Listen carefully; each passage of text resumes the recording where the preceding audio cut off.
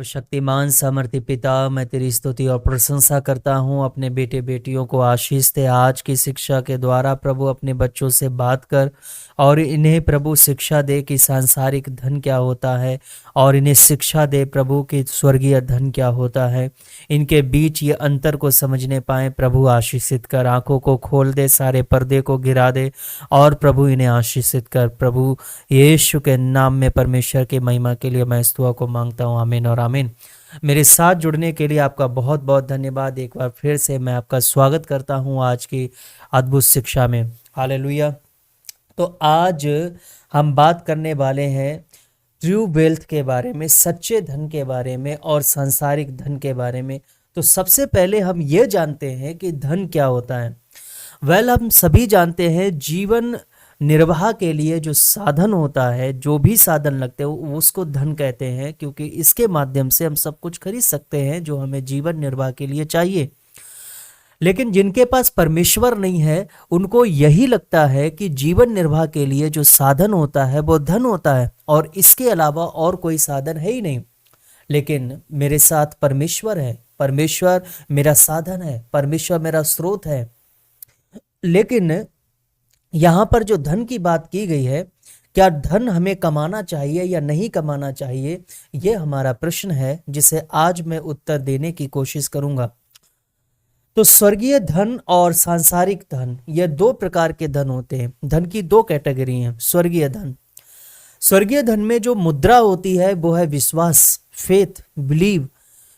ये मुद्रा का नाम है और इसके बिना आप स्वर्गीय धन को एक्सेस नहीं कर सकते हो। और सांसारिक धन में मुद्रा होती है सोना, चांदी और रुपए, डॉलर इत्यादि और दिनार। ये सब सिक्के के नाम हैं, लेकिन हमारे पास जो धन है उसका नाम है, उस मुद्रा का नाम है वो है विश्वास। जब तक आपके अंदर विश्वास नहीं है आप उसको एक्सेस नहीं कर सकते हो। तो विश्वास एक धन है जिसके लिए प्रभु यीशु मसीह ने कहा है कि स्वर्गीय धन की खोज करो। तुम्हें विश्वास की जरूरत है, तुम्हें विश्वास की खोज करने की जरूरत है। जब विश्वास को पालोगे तो समझो तुम्हारे पास धन है। जितना विश्वास आपने किया है उतना अधिक आपके पास धन है। वाह! लेकिन परमेश्वर का वचन धन के बारे में कुछ और भी कहता है, जिसे मैं पढ़ना चाहूंगा। 3 यूहन्ना अध्याय 1:2 में लिखा है, प्रिय, मेरी सबसे बड़ी इच्छा यह है कि जैसे तू आत्मिक उन्नति कर रहा है वैसे ही तू सब बातों में उन्नति करे और भला चंगा रहे। यहाँ पर सबसे बड़ी इच्छा के बारे में बात की गई है और सबसे बड़ी इच्छा हमेशा प्रभु होता है। सबसे बड़ी इच्छा प्रभु। तो यहाँ पर एक इच्छा होती है, लेकिन एक सबसे बड़ी इच्छा है जिसके लिए परमेश्वर के लिए बोला गया, जिसमें सारी वस्तुएं आती हैं। उस सबसे बड़ी इच्छा से सारी वस्तुएं आती हैं। वो स्रोत है हमारा। परमेश्वर हमारा स्रोत है। परमेश्वर आपका स्रोत है। और 3 प्रकार की आशीषें हैं जहां पर तू आत्मिक उन्नति कर रहा है। वचन लिखा हुआ है और सब बातों में उन्नति करे। तो इन सब बातों में और सबसे बड़ी इच्छा में परमेश्वर की इच्छा किन किन बातों में सम्मिलित है कि परमेश्वर हमें धन देना चाहता है या नहीं, प्रॉस्पेरिटी देना चाहता है कि नहीं। तो मैं क्लियर करना चाहता हूं कि 3 प्रकार की आशीषें हैं। 3 प्रकार की आशीषें हैं जिनसे परमेश्वर आपको संपन्न बनाएगा, परमेश्वर आप में देखना चाहता है। और उनमें से सबसे पहला नंबर आता है भौतिक संपन्नता, दूसरा नंबर आता है शारीरिक चंगाई और स्वास्थ्य, और तीसरा आता है आत्मा का उद्धार। और ये तीनों चीजें परमेश्वर अपने बेटे बेटियों में देखना चाहता है। भौतिक संपन्नता में आपको वो देखना चाहता है। परमेश्वर की इच्छा है कि आप भौतिक रूप में भी संपन्न बने। परमेश्वर की इच्छा है कि आप गरीब ना रहें बल्कि आप संपन्न बने। आपको वो प्रॉस्पेरिटी देना चाहता है, आपको वो धन देना चाहता है, आपको वह आपके बिजनेस को मजबूत करना चाहता है, ब्लेस करना चाहता है। यह परमेश्वर की इच्छा में सम्मिलित है। यह ऐसा नहीं है कि किसी दुष्ट की इच्छा है, परमेश्वर की इच्छा इसमें सम्मिलित है। 1 शमूएल अध्याय 2:7-8 में लिखा है, यहोवा निर्धन करता है और धनी भी बनाता है, वह नीचा करता है और ऊंचा भी करता है। वह कंगाल को धूल में से उठाता और दरिद्र को घूरे में से निकाल कर खड़ा करता है, ताकि उनको अधिपतियों के संग बिठाए और महिमा युक्त सिंहासन के अधिकारी बनाए। हालेलुया। महिमा युक्त सिंहासन के अधिकारी। परमेश्वर आपको अधिकारी बनाना चाहता है। परमेश्वर आपको एक नॉर्मल व्यक्ति नहीं रहने देना चाहता है। परमेश्वर आपको अलग बनाना चाहता है कि संसार आपको अलग नजरिए से देखे, आत्मिक क्षेत्र में भी और भौतिक क्षेत्र में भी। वह दोनों क्षेत्रों में आपको ब्लेस करना चाहता है। और हम पढ़ेंगे भजन संहिता अध्याय 1 वचन 1 से 3 में भी लिखा है, आप जो कुछ भी करोगे, ऐसा मनुष्य जिसका स्रोत परमेश्वर है, जिसने परमेश्वर को अपना सब कुछ माना है, वह जो कुछ भी करेगा वह संपन्न होगा। मत्ती अध्याय 7 वचन 7 से 11 में लिखा है, मांगो तो तुम्हें मिलेगा।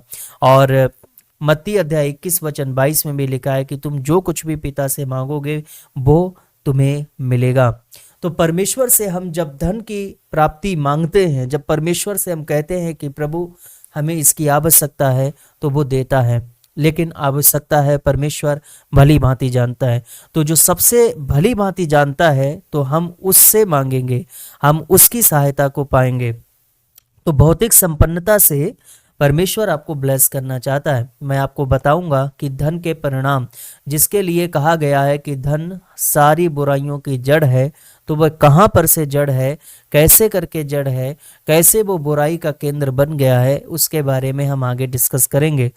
और परमेश्वर भौतिक संपन्नता के साथ साथ में नंबर 2, आपको वह शारीरिक चंगाई और स्वास्थ्य भी देना चाहता है। परमेश्वर कभी नहीं चाहता है कि आप बीमार रहें, यह उसकी सर्वोत्तम इच्छा है। और तीसरा है आत्मा का उद्धार। परमेश्वर आपकी आत्माओं का उद्धार देखना चाहता है।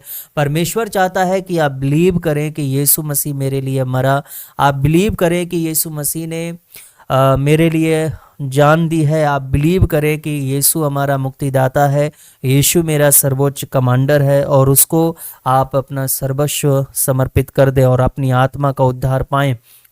मत्ती अध्याय 1 वचन 21 में, रोमियो अध्याय 1 वचन 16 में, और पहला यूहन्ना अध्याय 1 वचन 7 को आप रीड करना, नोट कर लो। यह परमेश्वर आपके जीवन में चाहता है और यह परमेश्वर की इच्छा में सम्मिलित है। हालेलुया।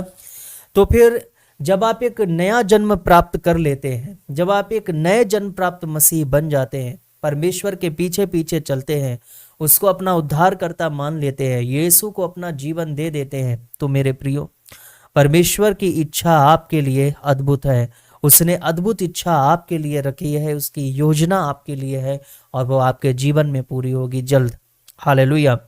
और परमेश्वर आपकी देखभाल बहुत ही डीपली करता है, आपका केयर सबसे ज़्यादा डीप होकर करता है। ये सिर्फ एक नेता वाला, जैसा कि कोई रिक्वेस्ट आई और हाँ ठीक है हो जाएगा करके नहीं, वो आपकी हर परिस्थिति को डीपली देखता है, वो फेस करता है, वो देखता है, आप देखते हो, आप कितना उसको सहते हो। परमेश्वर हर एक चीज़ को वो नोट कर रहा है और आपके हर मैटर में वो डीपली इन्वॉल्व्ड है। परमेश्वर आपके बीच में है, परमेश्वर आपकी केयर करता है और बहुत ही गहराई के साथ केयर करता है। आप कभी भी अपने आप को अकेला महसूस ना करें। हालेलुया। परमेश्वर आपके जीवन में जो समृद्धि चाहते हैं, वो आपके जीवन के हर एरिया में चाहते हैं, आपकी लाइफ के हर एरिया पर वो ब्लेसिंग चाहते हैं। परमेश्वर हर एक व्यक्ति को जो उसके पास आता है उसको ब्लेस करना चाहता है। आप में से जितने लोग उसके पास आना चाहते हैं, परमेश्वर आपके हर एरिया को ब्लेस करना चाहता है। वो एरिया चाहे आपके फाइनेंस का हो, वो एरिया चाहे वो आपकी हेल्थ का हो, वो एरिया चाहे आपकी मैरिज लाइफ का हो, वो एरिया आपके चाहे बिजनेस का हो, आपके किसी भी एरिया में भी वो लैक नहीं देखना चाहता है, कमी नहीं देखना चाहता है, वो उसको ब्लेस करना चाहता है। वाह, वो आपकी सिक्योरिटी करना चाहता है, वो आपकी केयर करना चाहता है, वो आपकी देखभाल करना चाहता है, वो आपको ब्लेस देखना चाहता है। परमेश्वर हर किसी को ब्लेस देखना चाहता है, वो आपको ब्लेस देखना चाहता है। हालेलुया। इसीलिए हमें परमेश्वर की इच्छा को पूरा करना होगा ताकि आप आशीषित हो सको। और परमेश्वर की इच्छा है कि उसके पुत्र यीशु मसीह में विश्वास करें, यीशु मसीह को अपना उद्धारकर्ता मानकर ग्रहण करो, यीशु मसीह को अपना जीवन दो, यीशु मसीह को अपनी सारी चिंताएं दो, अपना जीवन उसको दो और यीशु का जीवन धारण करो। यीशु मसीह को अपना लो और उसके अनुसार वह करो जो प्रभु यीशु तुमसे कहते हैं। और फिर देखो प्रभु आपके जीवन को हर एरिया को ब्लेस करेंगे। भजन संहिता अध्याय 23 वचन 1 से 6 में परमेश्वर हमें वादा करते हैं। परमेश्वर ने कहा है कि मैं तुमसे वादा करता हूँ, जब तुम मुझ में बने रहोगे तो मैं तुम्हारे साथ ये सब कुछ करूँगा। इसीलिए दाऊद यहाँ पर भजन गाते हैं, यहोवा मेरा चरवाहा है, मुझे कुछ घटी ना होगी। तो हम यीशु को अपना चरवाहा माने। यीशु मुझे चराएगा, मुझे लेकर जाएगा, वह जहाँ लेकर जाएगा, जहाँ चाहे वहाँ चराएगा। और यीशु को पता है कि मुझे कहाँ चराना अच्छी जगह रहेगी, अच्छी बात रहेगी। यीशु को पता है। हमें चिंता करने की ज़रूरत नहीं है। हमें किसी बात की चिंता करने की ज़रूरत नहीं है कि कल मुझे भोजन मिलेगा कि नहीं मिलेगा। लेकिन जब यीशु मेरा चरवाहा है तो वह अपनी भेड़ों को चराएगा और वह हमें भूखा नहीं रखेगा। हमें किसी बात की घटी नहीं होगी, मुझे कुछ घटी ना होगी। आपके जीवन में किसी भी वस्तु की घटी नहीं होगी, किसी भी वस्तु की नहीं। मैं आपसे फिर से कहना चाहता हूं कि ये जो धन है, ये धन कोई बड़ी बड़ी रकम, आपके पास बड़े नोट, मोटे नोट रखने की बात नहीं है, आपकी बैंक फुल भरने की बात नहीं है। यहाँ पर ये किसी प्रकार की घटी ना होगी से संबंधित है। परमेश्वर आपके जीवन में किसी भी प्रकार की घटी नहीं होने देगा, इस बात से यह वचन संबंधित है। आपके जीवन में कभी घटी नहीं होगी। आप जो कुछ भी करना चाहेंगे उसमें घटी नहीं होगी। आप कोई भी काम शुरू करेंगे उसमें घटी नहीं होगी, वह पूर्ण होगा। आप शुरू करो, परमेश्वर उसे पूर्ण करेगा। परमेश्वर पूर्ति करने वाला परमेश्वर है। आप उस यीशु के नाम से शुरू करो और परमेश्वर उसे पूरा कर देगा। यहोवा मेरा चरवाहा है, मुझे कुछ घटी ना होगी। वह मुझे हरी हरी चराइयों में बैठाता है और मुझे सुखदाई जल के झरने के पास ले चलता है। वह आपको बहुतायत में लेकर जाएगा। हरी हरी चराइयों यानी बहुतायत में लेकर जाता है। प्रॉस्पेरिटी की ही बात यहाँ पर चल रही है।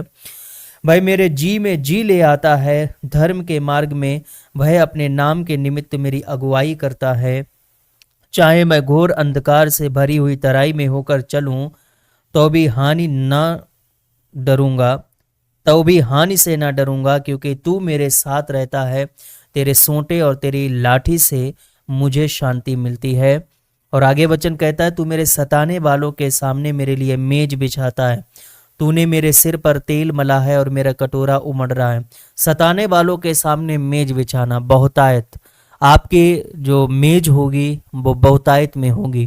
आपके खत्ते भरे रहेंगे, आप कभी भी खाली नहीं होंगे। परमेश्वर किसी भी चीज की कमी आपके जीवन में नहीं रखेगा। शत्रु देखते रह जाएंगे और आप बहुतायत में होंगे। निश्चय भलाई और करुणा जीवन भर मेरे साथ बनी रहेगी। मैं यहोवा के धाम में सर्वदा वास करूंगा। तो परमेश्वर के धाम में रहना होगा, यह हमारी प्रायोरिटी है। अगर आप प्रॉस्पर होना चाहते हैं, अगर आप समृद्ध होना चाहते हैं, तो स्वर्गीय परमेश्वर के धाम में सर्वदा बने रहना ही प्रॉस्पेरिटी है, क्योंकि हमारा स्रोत केवल परमेश्वर है। उसने कहा है मैं तुम्हारे जीवन में कभी घटी नहीं होने दूंगा, यह उसका प्रॉमिस है। और परमेश्वर के प्रॉमिस पर विश्वास करना हमारी मुद्रा है, हमारा धन है, यह स्वर्गीय धन है कि उसने जो प्रॉमिस किया है उस पर मैं बिलीव करता हूं, मैं विश्वास करता हूं। और विश्वास स्वर्गीय धन की मुद्रा का नाम है। इसीलिए मैं विश्वास करता हूं परमेश्वर के वायदे पर। उसने कहा कोई घटी नहीं होगी। आपके जीवन में किसी भी प्रकार की परमेश्वर घटी नहीं होने देगी। आमीन। क्योंकि अगर हम चांदी और सोने पर भी अपना मन लगाएं कि चांदी और सोना हमें ज़्यादा से ज़्यादा चाहिए, तो भी मैं आपसे एक वचन कहना चाहूँगा जो नबी हग्गे ने अध्याय 2 वचन 8 में बोला। लिखा है, चांदी तो मेरी है और सोना भी मेरा ही है, सेनाओं के यहोवा की यही वाणी है। तो सब कुछ किसका है? परमेश्वर का है। आप चांदी पाना चाहते हैं, परमेश्वर के पास है। सोना पाना चाहते हैं, परमेश्वर के पास है। आप इस संसार में जो भी धन प्राप्त करना चाहते हैं, परमेश्वर के पास है। वाह, सब कुछ परमेश्वर के पास है। कोई अन्य रास्ता नहीं, कोई अदर विकल्प नहीं कि हम कोई अन्य विकल्प का इस्तेमाल करके धन की प्राप्ति करें। लेकिन अगर कोई धन की प्राप्ति करता है किसी अन्य विकल्प के माध्यम से, परमेश्वर के अलावा कोई और रास्ता चुनता है, उसके साथ में दुख मिला हुआ होता है। वह संसार और उसके संसार के हाकिमों ने उसको जो धन प्रोवाइड किया है या बहक कर जो उन्होंने धन कमाया है, उसके साथ में दुख आता है, क्योंकि उसके साथ में परमेश्वर नहीं है, परमेश्वर की आशीष नहीं है। जो परमेश्वर की आशीष से मिलता है उसमें कभी कोई घटी नहीं होगी, कमी नहीं होगी, लेकिन जो इसमें परमेश्वर की आशीष नहीं है उसमें हमेशा कमी होगी। धन होने के बावजूद भी आप असंतुष्ट रहोगे। हालेलुया। इसीलिए हमें धन के पीछे नहीं दौड़ लगाना है। स्रोत परमेश्वर है, सब कुछ परमेश्वर है। हम परमेश्वर को चुन सकते हैं, हम स्रोत को चुन सकते हैं। हालेलुया। जिससे सब कुछ उत्पन्न होता है, उससे उसके बिना कुछ और उत्पन्न नहीं हुआ, सब कुछ उसी के द्वारा उत्पन्न हुआ और उसी में सब कुछ है। तो मैं उस स्रोत पर विश्वास करूंगा। आपको उस स्रोत पर विश्वास करना है। यदि आप समृद्धि पाना चाहते हैं, आपको उसमें विश्वास करना होगा, उसे अपना जीवन देना होगा, उसे आत्मसमर्पण करना होगा, उससे प्रेम करना होगा। आप धन से प्रेम करेंगे, आप नुकसान उठाएंगे। लव ऑफ मनी सारी बुराइयों की जड़ है। जब हम परमेश्वर के अलावा किसी अन्य चीज से प्रेम करते हैं, कभी भी वो प्रॉस्पर नहीं होगी। आप धन से प्रेम करते हैं, आपको धन चाहिए, केवल आप धन से प्रेम कर रहे हैं, इसीलिए आप प्रॉस्पर नहीं होंगे और ये सारी बुराइयों की जड़ है। क्योंकि बिना परमेश्वर के धन बनाना बुराई है, आप इसे खो दोगे। हालेलुया। जब आप इसे खोते हो आप फ्रस्ट्रेशन में आते हो, जब आप इसे खोते हो आप परेशान होते हो, आपकी परेशानियां बढ़ती जाती हैं, आपकी स्थिति यहां तक आ जाती है कि कई लोग इस धन के चक्कर में सुसाइड भी कर चुके हैं। कई लोग कर्जों में दबकर सुसाइड भी कर चुके हैं धन बनाने के पीछे पीछे, क्योंकि धन से प्रेम रखना हमारे लिए नुकसान है। धन नुकसान नहीं है, धन परमेश्वर की देन है। परमेश्वर ने प्रॉस्पेरिटी दी है, परमेश्वर के हाथ में सब कुछ है। चांदी सोना परमेश्वर के हाथ में है, इसमें बुराई नहीं है, लेकिन इससे प्रेम रखना सबसे बड़ी बुराई है। तो किससे प्रेम रखना चाहिए, धन से या धन देने वाले से? हमें धन देने वाले से प्रेम रखना चाहिए। हम परमेश्वर से प्रेम रखेंगे, वो हमारा स्रोत है और वो हमें सब कुछ देता है।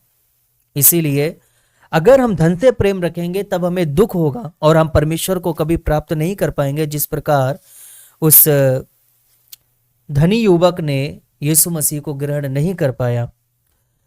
लूका अध्याय 18 वचन 18 से 23 में लिखा है, किसी सरदार ने उससे पूछा, हे उत्तम गुरु, वह उसको उत्तम बोलता है, अनंत जीवन का अधिकारी होने के लिए मैं क्या करूं? वह अनंत जीवन पाना चाहता था, अधिकारी होना चाहता था अनंत जीवन का। यीशु ने उससे कहा, तू मुझसे उत्तम क्यों कहता है? कोई उत्तम नहीं, केवल एक, अर्थात परमेश्वर। परमेश्वर उत्तम है। उत्तम का मतलब सर्वोच्च है, सबसे ऊपर है। तू आज्ञाओं को तो जानता है, व्यभिचार न करना, हत्या न करना, चोरी न करना, झूठी गवाही न देना, अपने पिता और अपनी माता का आदर करना।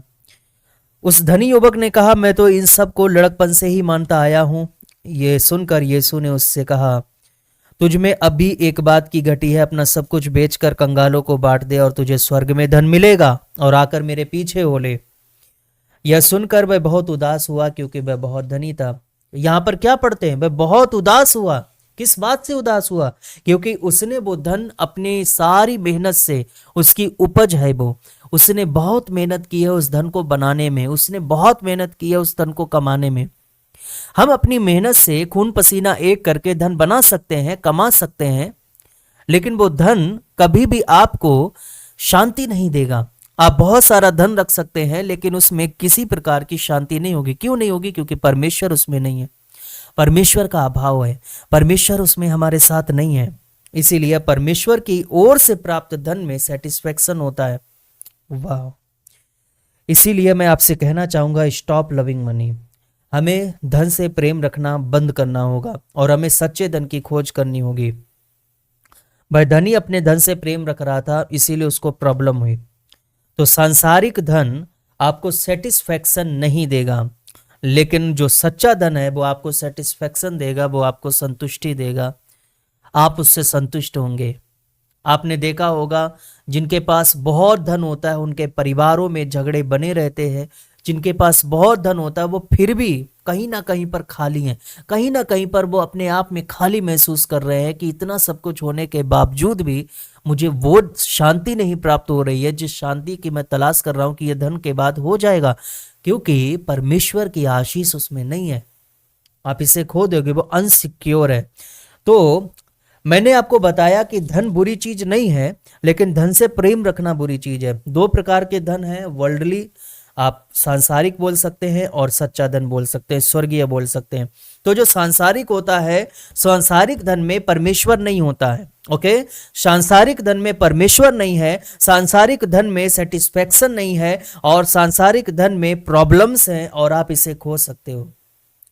आपके पास धन होगा, एक तरफ से धन आया, एक तरफ से बीमारी आई, और वो धन उस बीमारी में चला गया, आपके पास कुछ नहीं बचा, आप इसे खो सकते हो। ये अनसिक्योर है। लेकिन जो सच्चा धन होता है वो परमेश्वर में होता है, उसमें कोई घटी नहीं होती है, सेटिस्फेक्शन होता है, और यह फुल सिक्योर होता है, कोई इसे चुरा नहीं सकता। वाह! तो परमेश्वर हमारा धन है। मैं कह सकता हूं परमेश्वर हमारा धन है, वो प्रॉस्पेरिटी है। जिसके पास परमेश्वर है वो प्रॉस्पर है, वह समृद्ध है। जिसके पास परमेश्वर है वह समृद्ध है। हालेलुया। पहला तिमुथियुस अध्याय 6 वचन 10 में इस रुपए के बारे में बताया गया है कि इसमें सारी बुराइयों की जड़ है। जब हम इससे प्रेम रखते हैं तो सारी बुराइयों की जड़ है, क्योंकि रुपए का लोभ सब प्रकार की बुराई की जड़ है, जिसे प्राप्त यानी कि लालसा करने का प्रयत्न करने से कितनों ने विश्वास से भटक कर अपने आप को नाना प्रकार के दुखों से छलनी कर लिया। क्योंकि वो धन कमाना चाहते हैं, लेकिन परमेश्वर का साथ उन्होंने नहीं पाया, और धन कमाने की कोशिश करते करते, धन के प्राप्ति के लिए कोशिश करते करते जब वो नहीं बन पाता, जब धन आप नहीं बना पा रहे हो क्योंकि परमेश्वर का साथ आपने नहीं लिया है, आप परेशान होगे, और आप परेशान होकर अपने विश्वास से भटक भी जाओगे कि मैं विश्वास नहीं करता हूं कि परमेश्वर मेरी सहायता करता है, और परमेश्वर को आप छोड़ सकते हो, और नाना प्रकार के दुखों से आप छलनी कर लोगे। मेरे पास यह नहीं है, मेरे पास वो नहीं है, मेरी ये बीमारियों में धन जा रहा है, मेरे बच्चों की स्टडी में धन जा रहा है, मुझे कार लेनी है उसकी ईएमआई चुकानी है, मुझे घर लिया है मैंने उसकी ईएमआई चुकानी है। आप नाना प्रकार के दुखों से छलनी हो जाओगे, क्योंकि आपने परमेश्वर को अपने साथ नहीं लिया। यदि आपको घर चाहिए तो परमेश्वर से प्रार्थना करके मांगो, परमेश्वर आपको देगा। यदि आपको कार चाहिए तो परमेश्वर से प्रार्थना करके मांगो, वो आपको देगा। आपको बाइक चाहिए, आपको जो कुछ भी चाहिए आप परमेश्वर से मांगो, क्योंकि मत्ती अध्याय 7 वचन 7 से 11 कहता है कि मांगो तो तुम्हें दिया जाएगा। आप मांग कर तो देखो, क्यों शर्मा रहे? आप मांगो, शर्माना बंद करो। हालेलुया। रुपया स्वयं में बुराई नहीं है, लेकिन रुपए का लोभ इन सारी बुराइयों की जड़ है। लिखा है रुपए का लोभ सब प्रकार की बुराइयों का जड़ है। लोभ, रुपए का लोभ, उसकी लालसा, उसका अभिमान, उसका घमंड। इसीलिए हमें परमेश्वर से प्रेम रखना है, वो हमारा स्रोत है। स्रोत से प्रेम करोगे आपको कभी प्रॉब्लम नहीं होगी। हमारा धन परमेश्वर की ओर से आया हुआ होता है। हालेलुया। लेकिन हर धन परमेश्वर की ओर से नहीं है, और जो धन परमेश्वर की ओर से नहीं होता वो अनसिक्योर होता है। खर्च होगा, 100% खर्च होगा, आप उसे संभाल नहीं पाओगे, उसे आप थोड़े दिन भी अपने बैंक अकाउंट में जमा नहीं कर पाओगे, वो खर्च हो जाएगा, क्योंकि परमेश्वर ने उसको सिक्योर नहीं किया। इसीलिए प्रभु से कहो कि प्रभु जो तू मुझे धन दे, आज आप इस बात को डिक्लेयर करना कि प्रभु जो तू मुझे धन दे उसको सिक्योर करना, अपनी आशीष देना, ब्लेस करना। धन कोई बुरी चीज नहीं है, परमेश्वर उसको ब्लेस करके देता है, वो आपके पास रहता है, आप समृद्ध होगे, लेकिन तब जब परमेश्वर हमारा स्रोत होगा। दूसरा इतिहास अध्याय 26 वचन 5 में लिखा है, उज्जियाह राजा परमेश्वर की खोज में लगा रहता था, और जब तक वह यहोवा की खोज में लगा रहा तब तक परमेश्वर ने उसको सफलता दी। तो यहोवा की खोज में लगे रहने से हमें सफलता प्राप्त होगी। आपके बिजनेस में आपको सफलता प्राप्त होगी, आपकी जॉब में आपको सफलता प्राप्त होगी, आपके प्रमोशन में आपकी सफलता प्राप्त होगी, परमेश्वर की खोज में लगे रहने से। और परमेश्वर की खोज में रहने का मतलब है, आप हिंदी की बाइबल में परमेश्वर की खोज पढ़ोगे, लेकिन आप इसे डीपली पढ़ोगे तो वास्तव में यह है परमेश्वर से प्रेम करना। परमेश्वर से प्रेम करने वालों को सफलता मिलती रहती है। वो केवल परमेश्वर से प्रेम करें, धन से प्रेम ना करें। वाह! इसीलिए पहला यूहन्ना अध्याय 2:16 में लिखा है, क्योंकि जो कुछ संसार में है, शरीर की अभिलाषा, आंखों की अभिलाषा, जीवन का घमंड, वह पिता की ओर से नहीं परंतु संसार की ओर से आता है। तो शरीर की अभिलाषा हो, आंखों की अभिलाषा हो या फिर जीवन का घमंड हो, यह अभिलाषा या घमंड या परमेश्वर की ओर से नहीं आता। जब आपके पास धन अधिक हो, जब आपके अंदर लालच आने लग जाए, आपके अंदर घमंड आने लग जाए, जब आप महसूस करो कि हम किसी छोटे को तुच्छ समझने लग गए हैं, तो समझो हमारा पतन शुरू होने वाला है।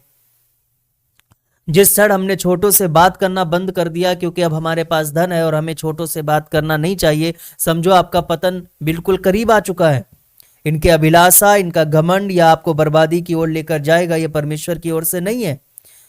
यहां पर लिखा है पिता की ओर से नहीं परंतु संसार ही की ओर से है। इसका मतलब पिता की ओर से भी धन आता है, लेकिन जो संसार की ओर से आता है उसमें घमंड, अभिलाषा आता है, लालच आता है।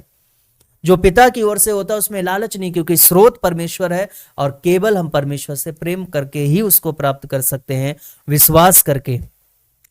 हालेलुया। सांसारिक धन अनसिक्योर होता है, आप उसे खो दोगे। वाह, थैंक यू जीसस। व्यवस्था विवरण अध्याय 8 वचन 18 में देखिए क्या लिखा है। तू अपने परमेश्वर यहोवा, मैं पढ़ रहा हूं व्यवस्था विवरण अध्याय 8 वचन 18, परंतु तू अपने परमेश्वर यहोवा को स्मरण रखना, क्योंकि वही है जो तुझे संपत्ति प्राप्त करने की सामर्थ्य इसलिए देता है कि जो वाचा उसने तेरे पूर्वजों से शपथ खाकर बांधी थी उसको पूरा करे, जैसा आज प्रकट है। संपत्ति प्राप्त करने का सामर्थ्य परमेश्वर देता है। तो परमेश्वर यहोवा का स्मरण रखना मतलब परमेश्वर को प्रेम करना। और हम एक वाचा में जो वाचा उसने तेरे पूर्वजों से शपथ खाकर बांधी थी, वाचा यानी प्रॉमिस जिसमें हम चल रहे हैं, हम एक वाचा में चल रहे हैं। और परमेश्वर यहोवा को स्मरण रखने का मतलब उससे प्रेम करना, परमेश्वर को प्रसन्न करना, अपने जीवन में उसे पहला स्थान देना। क्या परमेश्वर को आपने अपने जीवन में पहला स्थान दिया? अपने माता पिता, अपनी पत्नी, अपने बच्चों, अपने खेत, अपने सारे परिवार, अपने रिश्तेदारों से भी अधिक, अपने प्रिय मित्र जो आपके बिल्कुल करीबी है उससे भी अधिक, क्या आपने परमेश्वर को स्थान दिया है? परमेश्वर को पहला स्थान देना यानी कि परमेश्वर यहोवा को स्मरण रखने के बराबर है। और जब आप स्मरण रखोगे तो संपत्ति प्राप्त करने की सामर्थ्य देता है। संपत्ति प्राप्त करने की सामर्थ्य क्या है? जल्दी से कोई बताओ। संपत्ति प्राप्त करने की सामर्थ्य, क्या हम किसी से छीनेंगे? क्या हम किसी को मारकर छीनेंगे? हम क्या ऐसा करेंगे? वो कौन सी सामर्थ्य है जिससे हम संपत्ति प्राप्त कर सकते हैं? हालेलुया। वो है बीज बोना, प्लांटिंग करना। हालेलुया। क्योंकि वह बोने वाले को बीज देता है, वो आपको प्लांट करने के लिए आपको धन देता है। आप उसे प्लांट करो, आप उसे लगाओ, उसका रोपण करो और वह आपको बढ़ता हुआ नजर आएगा। हालेलुया। जब आप गेहूं बोते हो तो कितना बोते हो और कितना आपको मिलता है? उससे अधिक, कई गुना अधिक आपको मिलता है। इसीलिए ये जो सामर्थ्य है ये सबके पास नहीं है। बीज बोने की सामर्थ्य सबके पास नहीं होती है। मैं उनसे बात कर रहा हूं जिनको परमेश्वर ने समृद्ध किया है, जिनको परमेश्वर ने ब्लेस किया है और वो बीज नहीं बोते। अपना बीज परमेश्वर को नियमित और ईमानदारी पूर्वक नहीं देते हैं। बीज बोने की सामर्थ्य सबके साथ नहीं होती है। जिसके साथ होती है वो सामर्थ्य धन प्राप्त करने की है।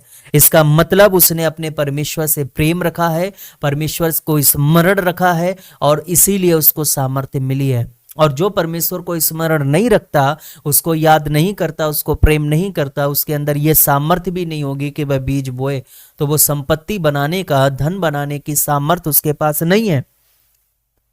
इसीलिए प्रभु ने कहा दो और तुम्हें दिया जाएगा।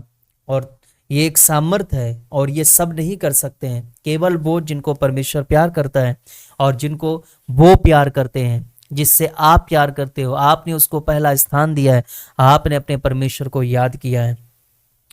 और आप पढ़ सकते हो मत्ती अध्याय 6 वचन 33 में सब कुछ लिखा है। फिर भी मैं आपसे कहना चाहूंगा, नो लैक। परमेश्वर आपके जीवन में कोई घटी नहीं करेगा। मैं आपकी बैंक भरने की बात नहीं कर रहा हूं, मैं बात कर रहा हूं आपको किसी प्रकार की घटी नहीं होगी। आपके जीवन में किसी प्रकार की घटी नहीं होगी। आपके बच्चों की फीस टाइम पर भरी जाएगी। आपकी ईएमआई भी परमेश्वर टाइम पर करवाएगा। आपके जीवन में हर एक कार्य परमेश्वर करवाएगा, घटी नहीं होगी। और वास्तव में मेरे जीवन में आज तक घटी नहीं हुई है, लेकिन परमेश्वर हर एक घटी को पूरा करता है। आज तक जो भी मैंने चाहा मुझे प्राप्त हुआ। ऐसी कोई भी चीज नहीं है जो मैंने चाही और मुझे ना मिली हो। परमेश्वर ने सब कुछ मुझे दिया है। मांगा मैंने और उसने दिया। परमेश्वर कभी घटी नहीं होने देता। जिसकी वास्तविक नीड है, जिसकी वास्तविक जरूरत है, वो पूरा करता है। सर्वशक्तिमान सामर्थी पिता, मैं तेरी स्तुति करता हूँ। अपने बेटे बेटियों को आशीषित कर, इन्हें वो सामर्थ्य दे बीज बोने की, ताकि प्रभु ये संपत्ति बना सके। प्रभु इन्हें सामर्थ्य दे और प्रभु ये तुझे प्यार करें।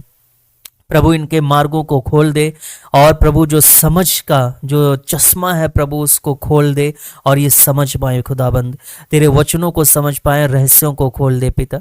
तूने इनसे बात की है पिता, मैं तेरा धन्यवाद करता हूँ। इन्होंने डिसीजन लिया है पिता तुझसे प्यार करने के लिए, धन से प्यार नहीं बल्कि प्रभु तुझसे प्यार करने के लिए इन्होंने डिसीजन लिया। प्रभु इन्हें आशीषित कर, इनके प्रभु आशीषित कर, इन्हें प्रॉस्पर कर। इनके जीवन में किसी प्रकार की घटी ना हो पिता। जिन चीज़ों की प्रभु इन्हें आवश्यकता है उनको तू पूरा कर। तू पूर्ति करने वाला परमेश्वर है प्रभु, तू पूर्ति कर। जो परेशान है, EMI भरना, सिलेंडर लेना, चूल्हा और ये सारी चीज़ों खर्चा, ईंधन और प्रभु बहुत सारी चीज़ों की इनको ज़रूरत पड़ती है। प्रभु आशीषित कर, ये अपने परिवार का प्रभु पालन पोषण कर सके। प्यारे पिता, तू सबका प्रभु स्रोत है, तू इनका स्रोत बन जा, तू इनका स्रोत बन जा और इनके जीवन में कभी घटी ना हो प्रभु तू इनका चरवाहा बन जा और ये तेरी भेड़े बनने पाए। प्रभु यीशु के नाम में पिता की महिमा के लिए मैं इस दुआ को मांगता हूँ। परमेश्वर के लोग कहें आमीन और आमीन, हालेलुया। अब ये समय है परमेश्वर के राज्य के लिए बोने का। स्क्रीन पर जो जानकारी आपको आ रही है, आप परमेश्वर के राज्य में बीज बो सकते हैं और खुशी खुशी आप बीज बोएं, प्रसन्नता पूर्वक आप बीज बोएं और परमेश्वर आपको ब्लेस करेगा। और मैं आपके लिए प्रार्थना लगातार करता रहूँगा। और बीज बोना आपके लिए वास्तव में ये एक सामर्थ्य है और ये एक प्लांटिंग करना है और परमेश्वर आपको शक्ति देता है। आप ऐसा करके आप ये जांच सकते हैं कि परमेश्वर आपको कितना ब्लेस करता है। हालेलुया। और मैं सच कहता हूँ कि ये झूठा संदेश नहीं बल्कि ये सच्चा संदेश है और आप इसे अपने जीवन में पूरा होते हुए देखोगे यीशु मसीह के नाम में। ओके, मिलते हैं फिर नेक्स्ट अगले सरमन में। प्रभु की आशीष आपके साथ हो। शालोम।